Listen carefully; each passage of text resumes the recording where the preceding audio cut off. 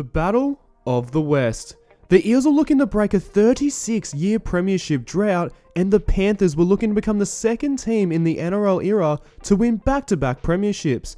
The Panthers played nearly the perfect match, proving to be too strong for the Eels, earning back-to-back premierships with the 28-12 grand final win, as this is greatest game of all, and these are 5 interesting facts about the 2022 grand final. Number 5, it was the first time no Queensland Origin players were in a grand final. For the first time in NRL grand final history, not one player in this grand final had represented Queensland in state of origin at least once in their careers. This is somewhat to be expected with both clubs being based in Sydney. However, every grand final in the NRL era that's had 2 New South Wales teams playing, they still had at least one Queenslander in their side.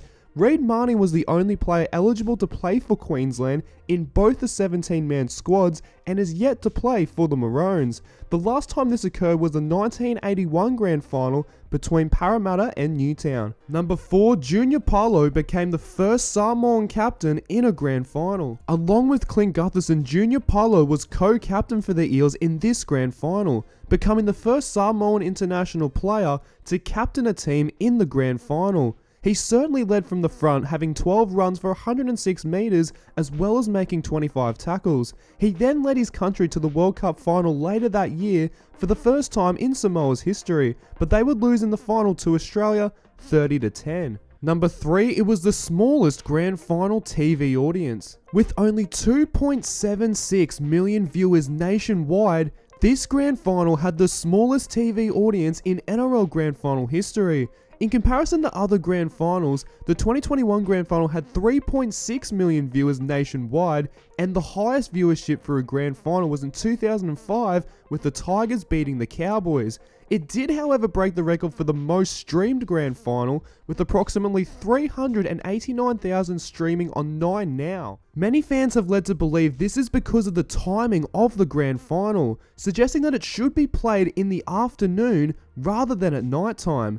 ARL chairman Peter V'landys was quoted saying, "At the end of the day, you've got to get the most eyeballs watching the grand final. Grand finals are a huge opportunity to promote the game, and it's proven that more people watch sport at night. We need to maximize our audience with major events. You might get some casual fans who will become rusted on fans.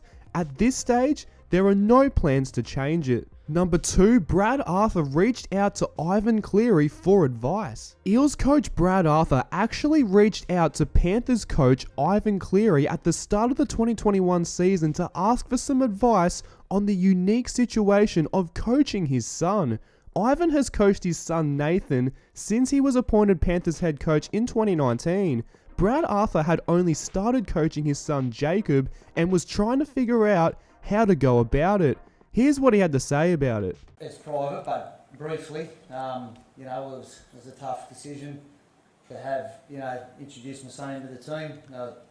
Consulted with some players as well, but just thought I'd reach out to Ivan, and he was great just to give me a bit of advice around it. He'd been there before in terms of, coaching his son. It's unique. No one will ever know the experience until you actually do it. Everyone can say that they might, or they feel, but it's until you actually do it, you don't know. And why wouldn't I try and reach out and get a bit of advice? And to be fair to both these guys, they were excellent, and it helped me. And number 1, it was the first time both coaches had their sons playing. Building from that previous fact, both coaches actually had their sons playing in the grand final. Ivan Cleary had his son Nathan, and Brad Arthur had his son Jacob coming off the bench. Nathan was business as usual, controlling the game brilliantly while his forwards dominated the middle, and Jacob came on in the final 5 minutes and scored a try. Inside and chasing after it! It is a quite rare situation with John Lane coaching his son Martin in the 2003 grand final, but this will also occur in the 2023 grand final, with Kevin Walters coaching his son Billy Walters and the Clearys playing another grand final.